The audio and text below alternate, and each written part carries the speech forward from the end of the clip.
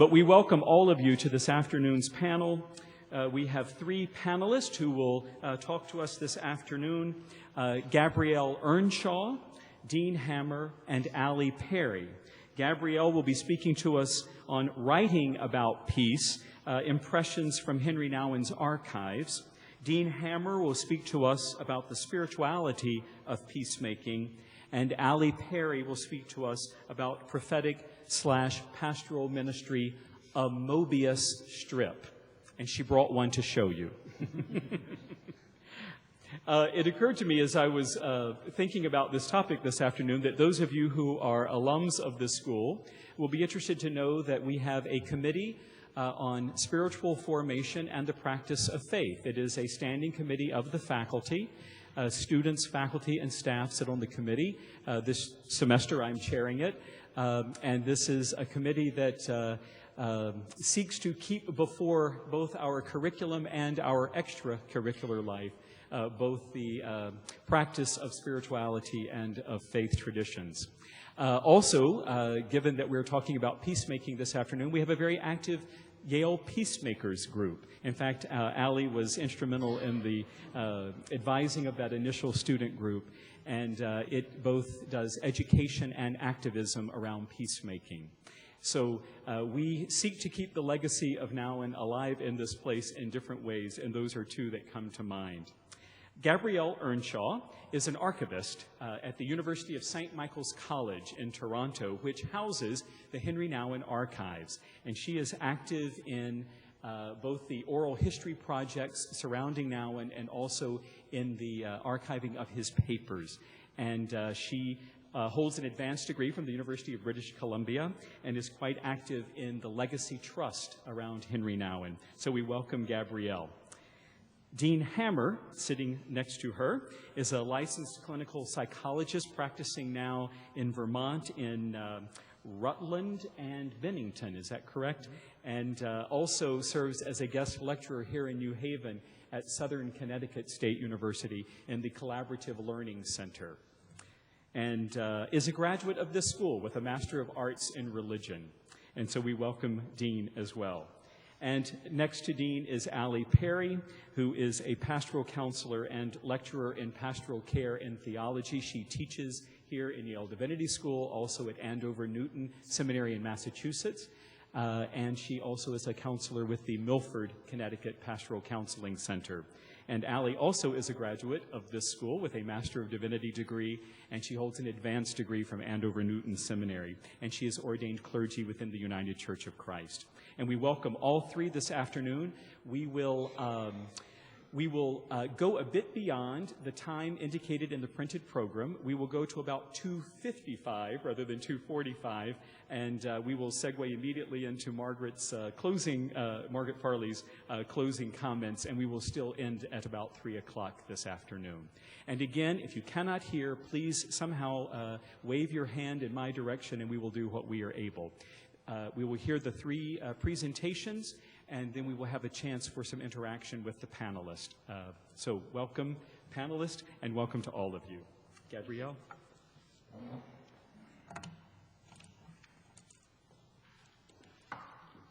Hello. I want to begin this presentation by thanking Margaret Farley and others on the planning committee for inviting me to speak today. I have to admit that I was a bit apprehensive. I am more comfortable in my more hidden role of archivist or gatekeeper to archival records than in the more active role of interpreter. But now, several months later, I'm grateful for the opportunity this event has given me to approach the records that I'm so familiar with in some ways from a bit of a different angle. In addition to having the opportunity to explore a question I've been curious about for a while, I had fun discovering little gems that I hadn't seen before. For example, and this might help the gentleman who was wondering the song that might be Henri's, I found a letter sent to Henri from a man who describes Henri as the male counterpart to Maria in The Sound of Music. Especially as she is described in How Do You Solve a Problem Like Maria? Well, at first I didn't think this descriptive discovery was relevant to my talk, I'm now wondering if this talk, and perhaps this entire symposium, is essentially about celebrating the problem of Henri. What I want to focus on today is Henri's unpublished manuscript, Peacework, which he also called A Spirituality of Peacemaking. I processed his draft manuscript for this book a few years ago, and I was struck then by how hard he had worked on it. It was evident that he put great stores of energy into getting it right. There were countless revisions, comments from dozens of readers, and thick annotations and changes in the margins. Parts of it were published in various journals, and I even found fully realized artist drawings for the cover art among the files, as well as the Doubleday catalog listing it in 1985 as an upcoming book. But it never went to print. Posthumously, of course, it has been a different story. In 1999, John Deere published 2 of the 3 chapters in his anthology, The Road to Peace. And more recently, in 2006, Orbis Books published the manuscript in full as Peacework, Prayer, Resistance, and Community.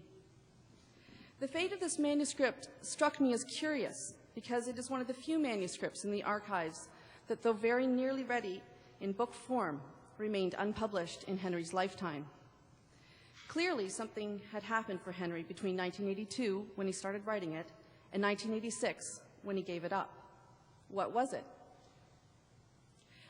I didn't have to look too far to find an answer, and in fact, many of you may have thought of it already, especially if you are familiar with the chronology of his life in his books. It was L'Arche. The same year that he was to publish Peacework, he published instead Life Signs, Intimacy, Fecundity, and Ecstasy from a Christian Perspective. Life Signs, like Peacework, found its structure around the movement of fear to love, but with individual people of the L'Arche community at its center, rather than the peace movement. With this new book, it seems that Henri is opening within himself to his own particular call to peacemaking. His debt to Jean Vanier, the founder of L'Arche, is made clear in the acknowledgements. My first word of thanks is to Jean Vanier, the founder of L'Arche, who gave me the central themes of this book, introduced me to L'Arche, and encouraged me in my writing. I am deeply grateful for his inspiration, friendship, and generous support. I would like to explore with you today why Henri moved away from his peacemaking manuscript in favor of his book, Life Signs. I hope that in addition to shedding light on a short but precipitous period in his life, that I can contribute to our ongoing understanding and appreciation for Henri's own path to peacemaking. To start, I will describe the content of the manuscript. In Henri's own words, Peacework was an attempt to develop a spirituality of peacemaking. In the introduction, he candidly explains his hesitancy to join the peace movement, but tells the reader that he feels compelled to respond to the urgent threat of nuclear war. It is clearly also a book written for his many friends who were active in the peace movement. He writes, "Most of all, I am writing for particular friends, men and women I have come to know and to love deeply during the past decades." He structures his book around 3 themes: prayer, resistance, and community. He argues that peacemaking must begin with a life of prayer, a movement from the dwelling place of fear, where one acts out of hostility, anger, and bitterness, and into the house of love, where we were created and where we are called to return. Next, Henri urges us to resist the powers of death, not just warheads and guns, but also damaging self-criticism. He writes, "Peacemaking means going all the way to the inner reaches of our own hearts to confront the deadly powers of self-hate." Finally, he urges us to celebrate life with joy, even in the face of defeat, and to build communities of solidarity based on gratitude, forgiveness, and compassion. If you are familiar with Henri's writings, you might call this vintage Nouwen. There are the 3 points, and each one focuses the reader on his or her own landscape that maps their own road to peace. But the book was also about the political terrain of war. nuclear disarmament, and protest. And this proved harder for Henri to navigate. Responses from his readers to the draft manuscript are most telling. Bob Heller, his editor at Doubleday, called it too preachy and general, overstated, and too idealistic. Another felt that the book spoke to too narrow a sphere of people. Another reader asked him to be more clear about his personal conviction about nuclear weapons. He wondered if Henri was arguing for complete unilateral disarmament and whether he could be more specific about the moral implications that this stand may have for those directly involved in the military-industrial complex. Yet another reader asked for practical pointers and to connect the theory to practice. I never met Henri, but I think I can imagine that receiving these comments could not have been easy for him. He would recognize them as important, even essential to what he was trying to accomplish with the book, and he would persevere to try to get it right. But he must have wondered how he would steer through such politically sensitive waters. To understand his decision to write about peacemaking in this particular way, let's now take a look at his life between 1982 and 1986, with attention to his involvement in the peace movement, especially in Latin America, and his growing interest in L'Arche. I think we will notice that somewhere along the way, his focus seemed to shift from the larger political scene to the individual transformation of the peacemaker. As many of you know quite well, Henri left Yale in July 1981 to discern his vocational call in Peru and Bolivia, a search that he describes well in his published journal, Gratias. By the end of March the following year, he returned to North America, and for another 6 months, he struggled to discern what to do next. We know from his correspondence records that Henri was experiencing physical exhaustion and a painful inner struggle that led him to a 2-month retreat of prayer in May and June, right here in New Haven. The question of where he belonged was central to his struggle. Correspondence suggests he was contemplating not just the Maryknolls in Peru, but the Abbey of the Genesee, the Madonna House with Catherine Dueck-Doherty, and the Gustavo Gutierrez Institute in Lima, to name just a few. And I'm sure there are some people here who know of others that he was contemplating, other communities. In addition to wondering where his home should be, he was wondering what he was called to do with his gifts. I found a letter from May 21st, 1982, in which he writes, "One of the things that comes to mind after reading your letter is that maybe writing might be my vocation after all. I see more and more the enormous need for some good publications on the Eucharist, marriage, the arms race from a spiritual perspective, and other subjects, and I realize how few people are doing helpful writing in this respect." It is astonishing to hear Henri wonder if he has a vocation in writing, knowing as we do that by 1982, he already had published 17 books. And at the very time he is writing this letter, he has started peace work and is about to publish Gratias. The resolution to his many questions and choices came in the form of an appointment to the Harvard Divinity School as Lentz lecturer. The terms of the position, which started in January 1983, allowed him to teach part of the year and settle into the Cambridge community and continue to work in and write about Latin America for the other part of the year. It is clear that even with this decision to join Harvard, peacemaking was his central pursuit of 1983 and 1984. In addition to visits to Peru and Mexico with the Maryknoll Fathers, Henri went on a 22-city speaking tour about American involvement in Nicaragua. And in 1984, he visited the village of Stanrother's Death in Guatemala, much of which is recounted in his book, Love in a Fearful Land, A Guatemala Story. Titles of talks given during this 2-year period include House of Fear to the House of Love, Spirituality of Struggle, Call to Peacemaking, to name just a few. His lectures and teaching records from this period are also full of references to friends in the peace movement and their imprisonment. Correspondence with these same friends is particularly intense during these years. It was in this context that his relationship with Jean Vanier and L'Arche began to take root and to grow, changing the direction and focus of his life in significant ways, including his writings on peace. The earliest record of Jean Vanier that I could find in the archives was a letter from 1978, in which Vanier asked for permission to use a quote for a book he was writing on community. In 1982, at Vanier's invitation, they met in person for the first time. It was during this first meeting that Vanier drew Henri's attention to the Gospel of John and the passages of Scripture relating to intimacy, fecundity, and ecstasy that formed the basis for life signs. In 1983, Henri made a 6-week retreat in L'Arche-Trollibreuil in France, Vanier's founding community, and by 1984, Vanier was a guest lecturer in his course, Introduction to the Spiritual Life.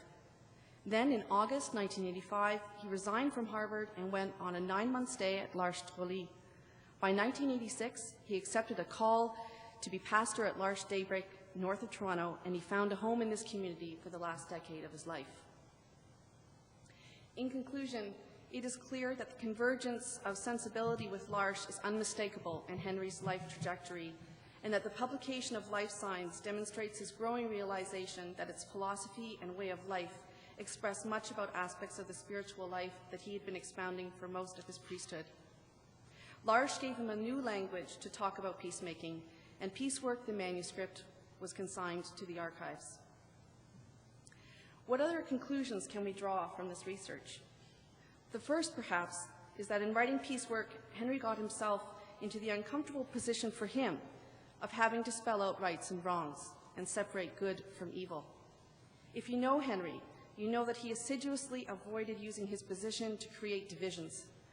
Think of his approach to the Eucharist, the issue of homosexuality and women in the church. It's not that he didn't have views on these issues. He chose instead not to focus on that which could divide people. Instead, he focused on what would bring people closer to themselves, to the people around them, and to God. To make my point, I want to read you an excerpt from a letter that he wrote in 1989 to a friend who was considering giving a speech about addiction and religiosity based on her negative experiences in the Catholic Church. He is encouraging her to reconsider. He writes, "I very much understand, appreciate, and affirm the criticism that you increasingly feel toward the Church. And I also know from my own history how some of the things you are planning to speak about can indeed be marked as oppressive, manipulative, and fear-evoking.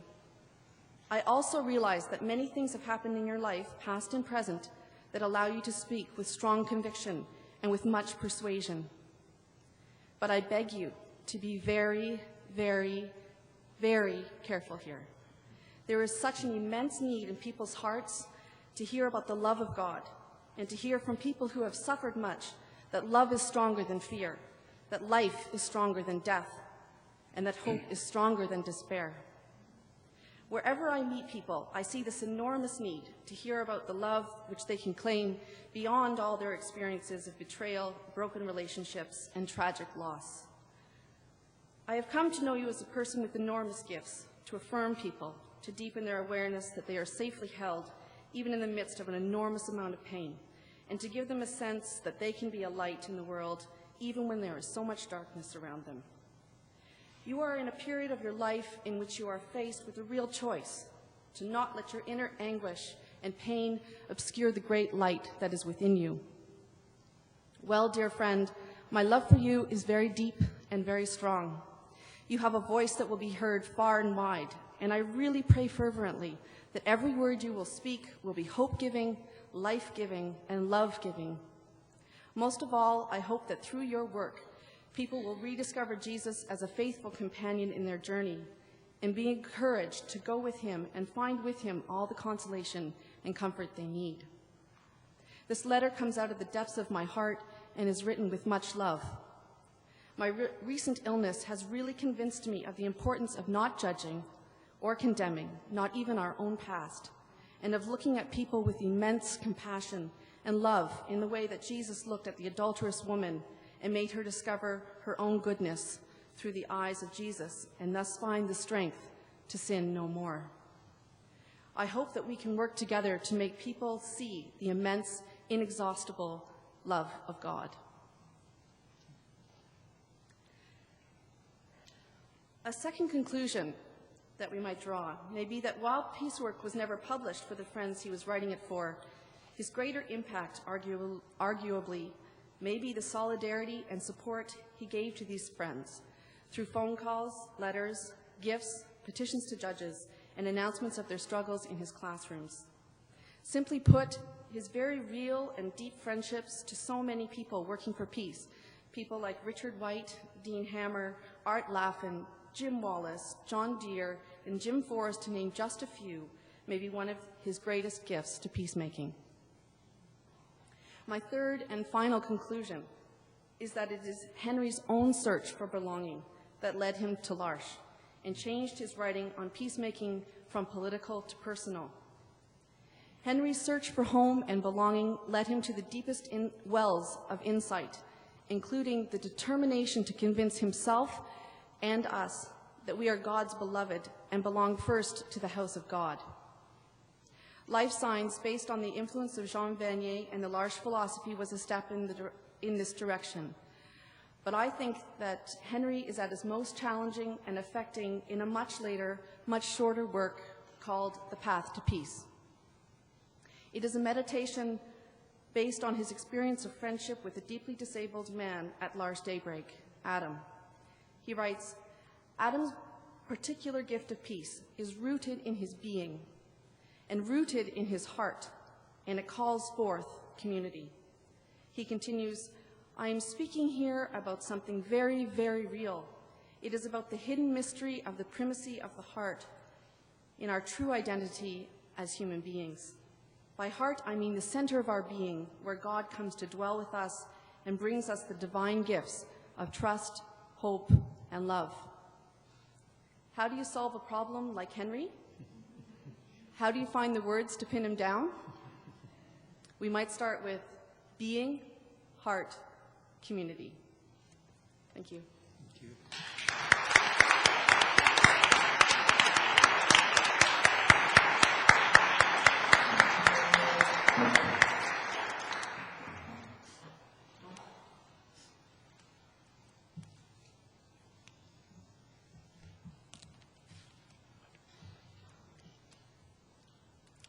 Well, good afternoon.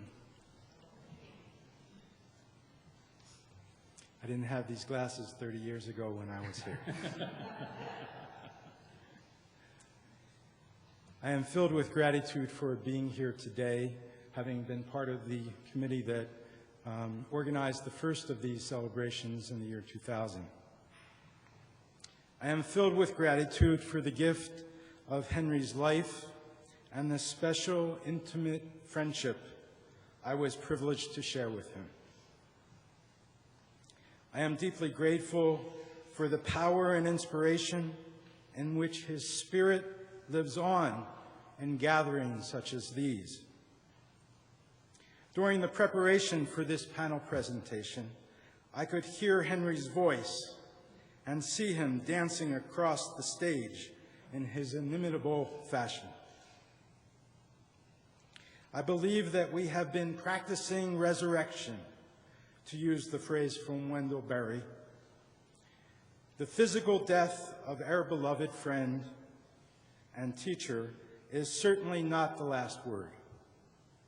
His words, his voice, his love lives on through us. Since my years of study at YDS, 1975 to 78, I have traveled a rather notorious pathway from Yale to jail and eventually back to the university, completing a doctoral degree in clinical psychology and recently being licensed in the state of Vermont. A few years ago, I met with Robert J. Lifton, a close friend of Henri's, when they were here together at Yale. Dr. Lifton suggested to me that I needed to develop a métier, a way of being and a way of teaching and a way of being present to others to integrate my rather unorthodox journey. Surely, Henri's teaching on caring and compassion, prayerful listening, the art of seeing Christ in others, and the healing power of the Eucharist, to mention just a few, are at the foundation of my work as a spiritually oriented psychotherapist and as a peace and justice activist. I also want to lift up the wonderful blessing that Henri gave to me by inviting me to the table of the Eucharist as a Jew. I was born and raised in the synagogue. Little did I know that this Meshuggah Jewish boy from Philadelphia would wind up at YDS at the table with Henri, and then soon to be in jail with Philip and Daniel Berrigan studying the Gospel of St. Mark. Life indeed is a mysterious journey. When people ask me to identify my religious denomination, my answer has become, I am a Eucharistic Jew. Thus the problem of Henri.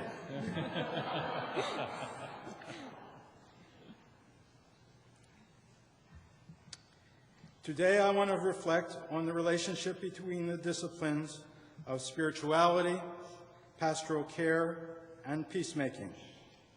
I will focus on three themes in accord with Henri's métier: compassion, courage, and hospitality. These themes gleaned from Henri's book, Peacework. This will hopefully help us to illuminate the relationship between these disciplines and point to a spirituality, not the spirituality, of peacemaking.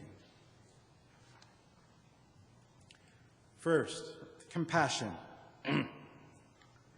To suffer with, to enter into solidarity with those who suffer. In the Old Testament book of Exodus, we hear God's voice saying, I hear the cry of the affliction of my people Israel. And later we hear Yahweh's voice through Moses saying, let my people go. As the theologian Emil Fackenheim suggests, this is a root experience of the Hebrew people. In this story, we meet a compassionate God and a God who is a liberator. In Henri's posthumous work, Peacework, he writes, when I listen to the sound of greed, violence, rape, torture, murder, and indiscriminate destruction, I hear a long-sustained cry coming from all the corners of the world. It is the cry of a deeply wounded humanity that no longer knows a safe dwelling place, but wanders around the planet in a desperate search for love and comfort. And so we hear Henri's voice of compassion. In his semester-long course on the ministry of compassion, Henri spoke of compassion as the source of Jesus' healing ministry. He pointed to his guts and said it was the Sprachne, deep in Jesus' soul, where Jesus entered into solidarity with the people's suffering. It was out of this place that Jesus performed the many acts of healing. So too in the ministry of counseling or pastoral care, compassion is at the foundation to build a healing alliance, without which the therapy cannot proceed. From this place of compassion, we have the opportunity to be God's healing vessel, to be God's vessel of liberation. The Feast of the Holy Innocents on December 28th, and the Feast of the Transfiguration on August 6th, also the anniversary of the bombing of Hiroshima, the first nuclear bomb ever used, are two pillars in my spiritual life, and I suggest two pillars for a spirituality of peacemaking. We hear the cry of the innocent victims today in Iraq, Lebanon, Darfur, and so many other places crying out. And we hear the cry of those who died in the nuclear blasts in Hiroshima and Nagasaki. And we say, never again. And with God we say, let my people go from this antiquated modality of human conflict resolution called war. And let us learn the way of compassion and nonviolent love.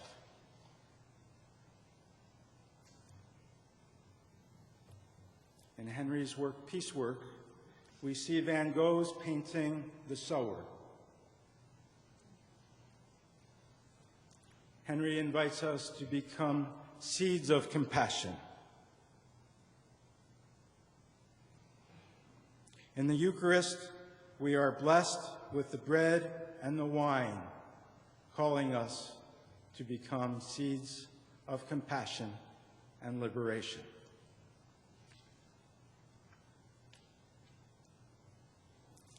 Secondly, courage. Not to lose heart in the face of the threat of worldwide mass murder, in which the incineration of millions of people is considered acceptable. The discipline of courage has at least two levels of meaning. Outward courage is what is most often thought of as acts of bravery. For example, the Plowshares actions in which I've participated have been called bold and brave, especially bold. In these actions, we have enfleshed the mandate of Isaiah to beat swords into plowshares. I was privileged to be part of the first action in 1980. We went into a plant in King of Prussia, Pennsylvania, owned by General Electric.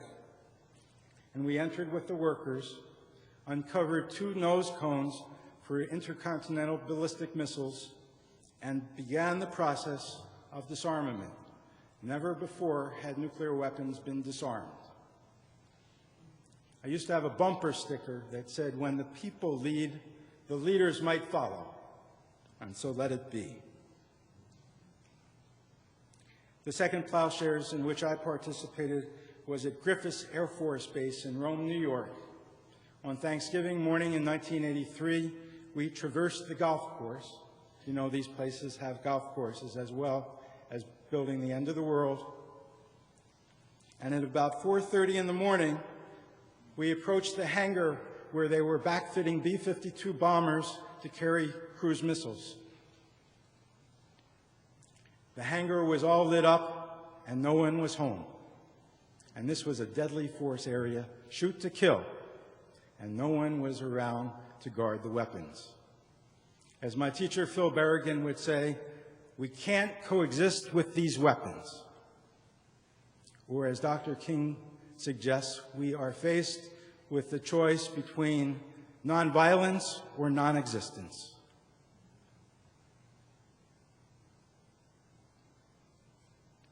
And so the second Plowshares led me to a unique kind of internship, a unique kind of parish, which was Danbury Prison. But perhaps the second level of bravery is even more challenging. And you will not be surprised that this is the act of bravery of the heart.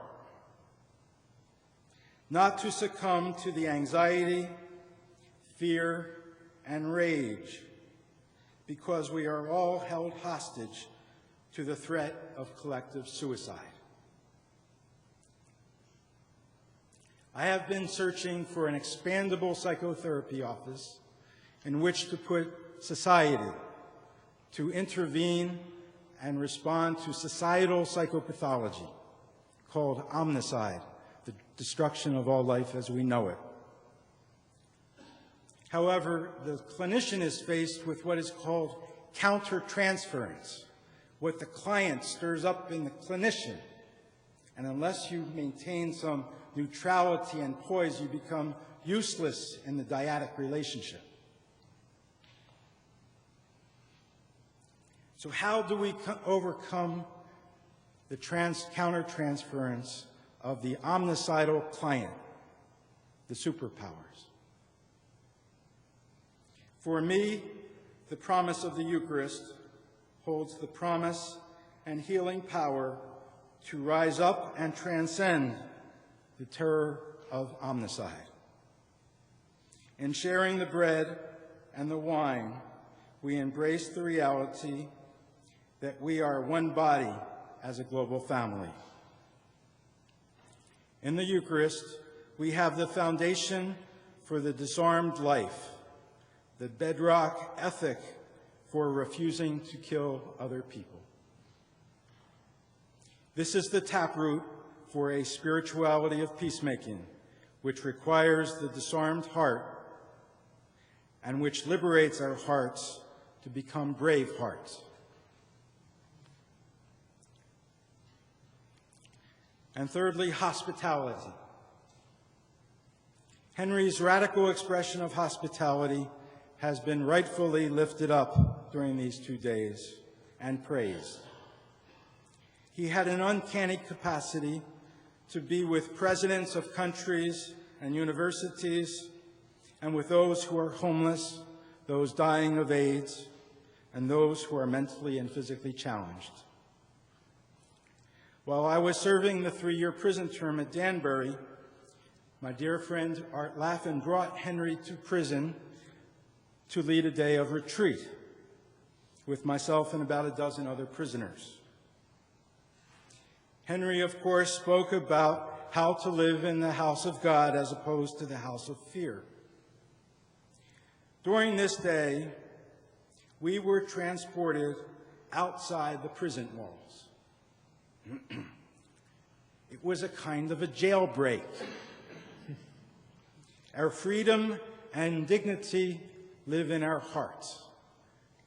And in this day of retreat, we again discovered that the prison walls, the prison guards, the courts cannot take away our liberty and our dignity. This was a parable of liberation.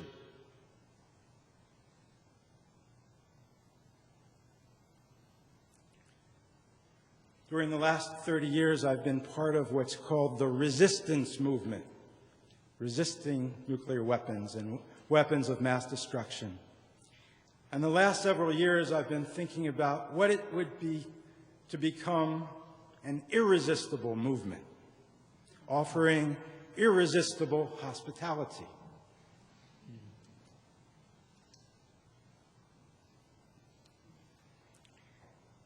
Such a radical hospitality would need to be grounded in the disciplines of compassion and brave-heartedness and a radical experience of God's presence.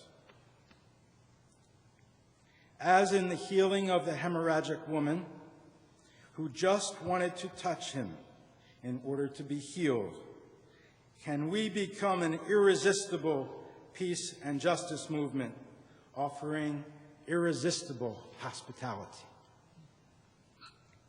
What would this campaign or movement look like? What are your visions of becoming a movement that would spread God's peace and justice and healing power? Thank you.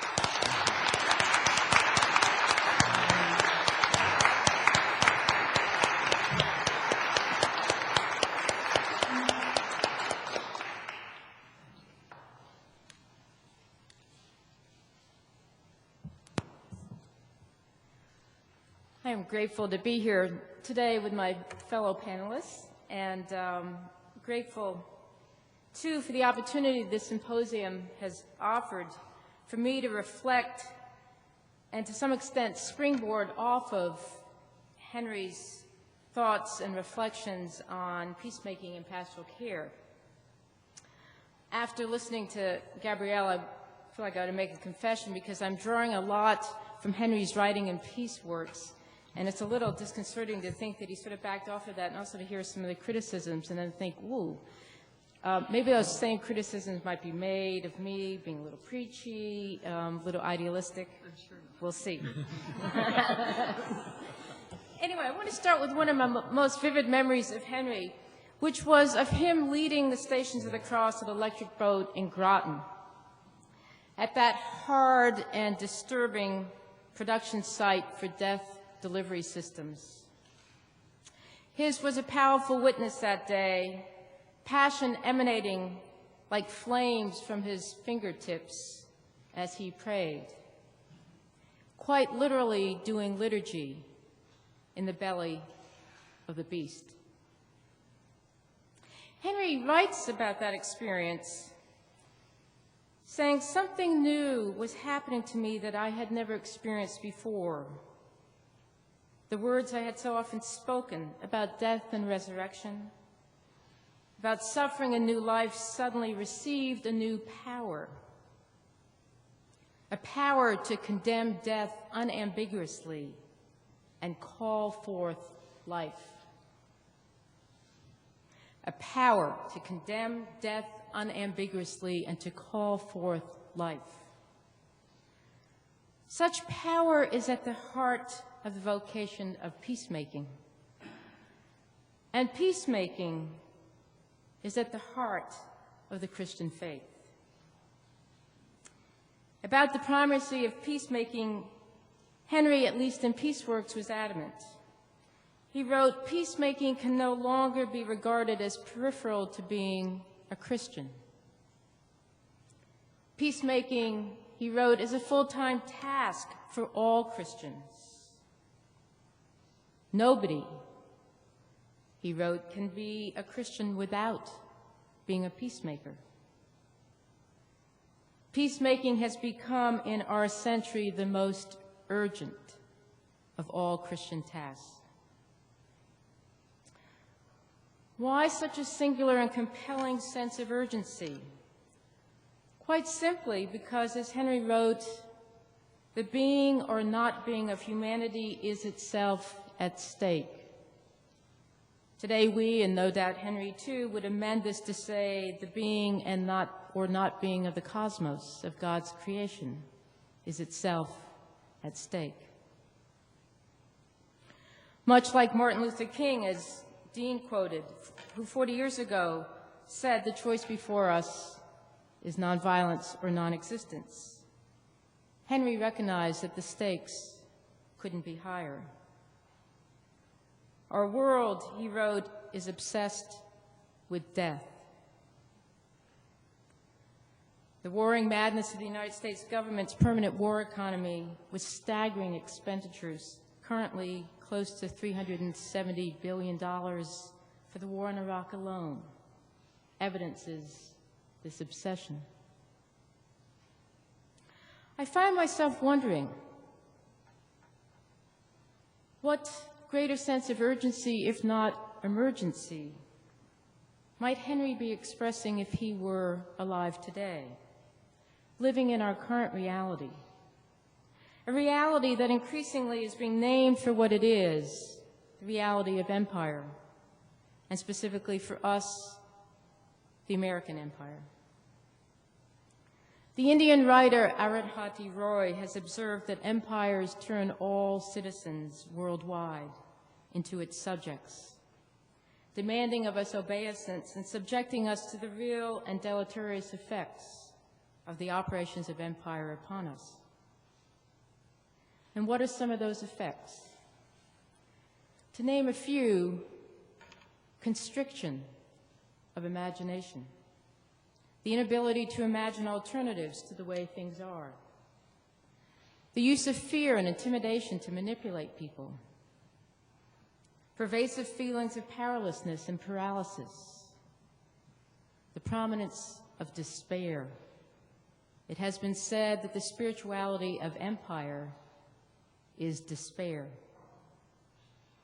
A culture of violence and domination, separation between peoples and groups through strategies of divide and conquer, divisions, in fact and in thought process, conceptualizing the world in contending dichotomies of either or and over and against.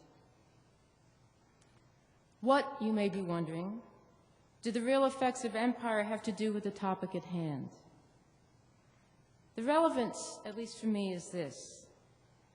The intended consequence of empire, of its injustices of domination and oppression and exploitation, is the creation of enormous suffering and brokenness, the harming, wounding, and killing of incalculable numbers of God's children.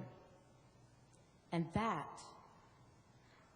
is a profoundly pastoral issue, a crisis begging for the healing ministrations of churches and communities of faith.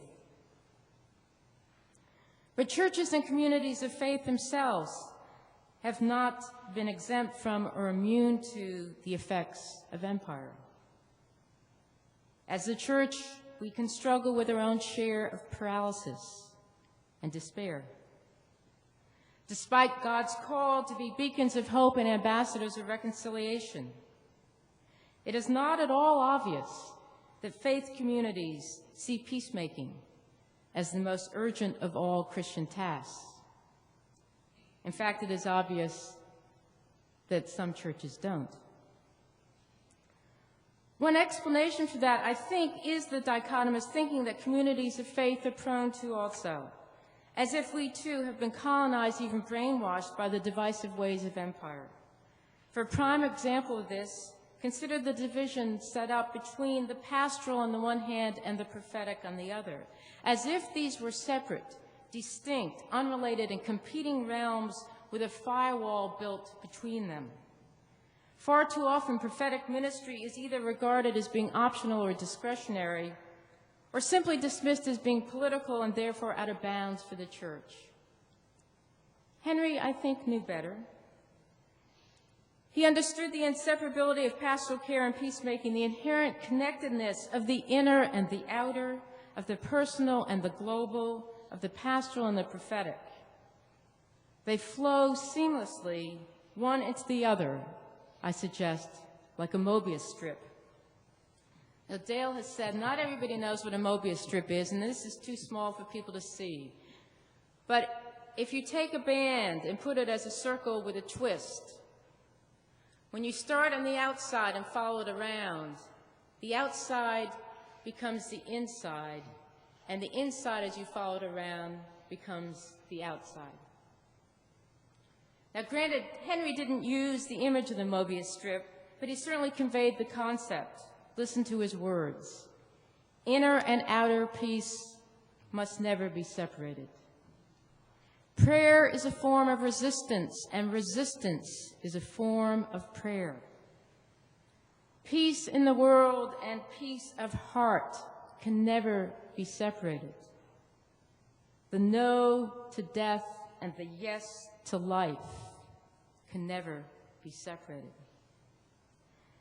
Peacemaking and pastoral care are not only related, they are inseparable, as if one word with two syllables with two equal accents. Like the flyer and the catcher that Susan spoke about yesterday, high up in the trapeze, either they work together, both equally important, or they don't work at all. Let me parse this notion of inseparability of pastoral and prophetic, this Mobius strip relationship. First, it strikes me that the seed for prophetic witness and peacemaking is grief. Our profound sadness and heartbreak over the way things are, the injustices, the suffering, the brokenness, the violence. That grief may morph quickly into righteous anger, but the grief invariably comes first. We need to sit with our grief, embracing it and recognizing in it and in our heartache the ache of God's heart. We need, in effect, to be pastoral with ourselves, listening compassionately to hear in our cries the promptings of God's Spirit. And we need to recognize and respond to such grief in others. Second, when we engage in prophetic witness, in seeking peace and pursuing it and doing justice and resisting the powers that be.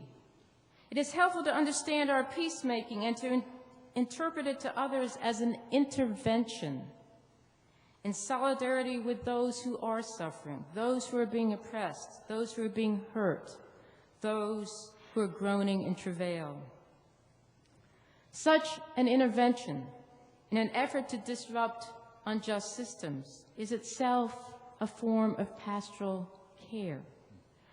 For binding up the wounds of the brokenhearted is necessary, but it's crucial to recognize that it alone is not sufficient.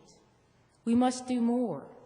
We must also proclaim and work for release for those who are bound to the culture of death and by the dictates of empire. In other words, if we are to break the cycle of violence, or what Henri refers to as the chain of wounds, we need to partner our healing ministrations and advocacy for the victims with our resistance to the perpetrators.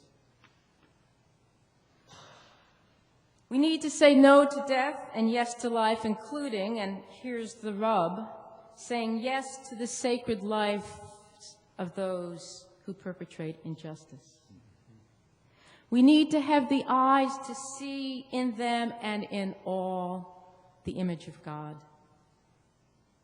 We need to cultivate our hearts to receive them and all as God's beloved, and to believe in the possibility of redemption and the reality of reconciliation. Henri is clear about this in his writings. At the heart of reality of our createdness is profound interconnectedness.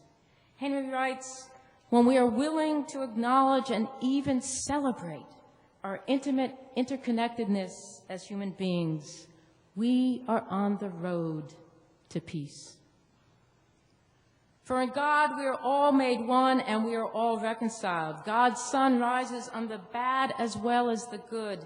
It is essential, therefore, Henri writes, for us to be deeply rooted in this all-embracing love of God. I want to suggest that pastoral care and peacemaking grow like vines intertwined in the fertile soil of just such love. A love which excludes none, not even enemies, but recognizes all as brothers and sisters, and it extends to all compassion and the promise of forgiveness. Now, I'm the first to admit that loving all, especially one's enemy, is a wee bit of a challenge. I need help with this, and I suspect most of you do too, which is why community and prayer are so essential for prophetic pastoral ministry. It is urgent that we learn how to practice and express such love, a love which in its effects is pastoral and prophetic, because it is so utterly nonviolent, disarmed, and disarming. Henri argues that such love is the cornerstone of the message of Jesus and the core of holiness. I would add, it is also the key to our survival and the only effective pathway for breaking the cycle of violence. To practice such love may seem a stretch, idealistic, an impossible dream, but it's not beyond our reach when we take root in God's all-embracing love. I want to end with two stories, both about women whose lives have borne the fruit of such love and who model for me prophetic pastoral witness. The first is the story of an elderly South African woman who, under apartheid, suffered terrible losses. At the hands of white police officers, her 18-year-old son was shot at point-blank range, and his body then burned to ashes. A few years later, her husband was abducted, and soon after that, she was seized and forced to watch as gasoline was poured over him and the ignited flames consumed his body. The last words he spoke were forgive them. Several years later, through the Truth and Reconciliation Commission, this woman met the perpetrator, Officer Van der Broek, and heard his confession. She was asked by the commission, what did she want? I want 3 things, she said calmly. I want Mr. Van der Broek to take me to the place where they burned my husband's body. I would like to gather up the dust and give him a decent burial. Second, Mr. Van der Broek took all my family away from me, and I still have a lot of love to give. Twice a month, I would like for him to come to the township and spend a day with me so I can be a mother to him. Third, I would like Mr. Van der Broek to know that he is forgiven by God and that I forgive him too. I would like someone to lead me to where he is seated now so I can embrace him and he can know my forgiveness is real. As she was escorted across the courtroom, Mr. Van der Broek fainted. Someone began singing Amazing Grace, and gradually everybody joined in. The second story is about a student from one of my classes in nonviolence who has given me permission to tell this story. A first lieutenant in the military police unit of the Army Reserves. She was raped by a superior officer, a lieutenant colonel. She brought charges. He was allowed to resign.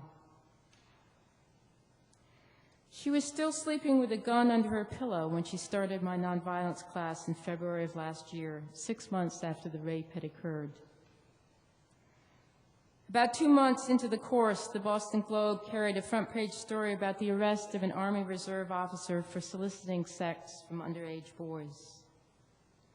This man was Angela's battalion commander, also a lieutenant colonel. I felt raped all over again, Angela said. I was enraged and ready to physically go out and kill or badly hurt people in the military leadership. After all, it was their complicity, which was a large part of what perpetrated the violence against women. It took a lot of courage for me to hold myself back. To help myself, I read nonviolence literature all day as a way to calm myself down. Then my rage and my courage combined and began to pave the way for me to feel compassion toward this man.